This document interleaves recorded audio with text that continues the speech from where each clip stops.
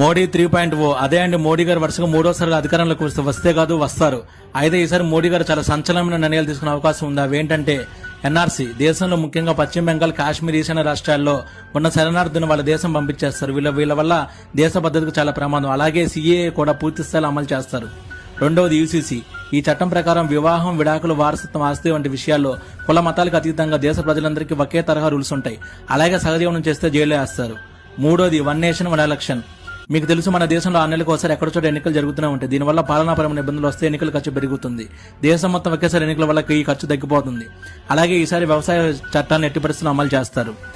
వీటితో పాటుగా భారతదేశాన్ని హిందూ దేశంగా ప్రకటించడం, భగవద్గీతను 5వ తరగతి నుండి డిగ్రీ వరకు సబ్జెక్టుగా పెట్టడం, హిందీ బదులు సంస్కృత భాషను మాతృభాషగా చేయడం, రిజర్వేషన్ రద్దు చేయడం, ఇలాంటివి చాలా ఉన్నాయి.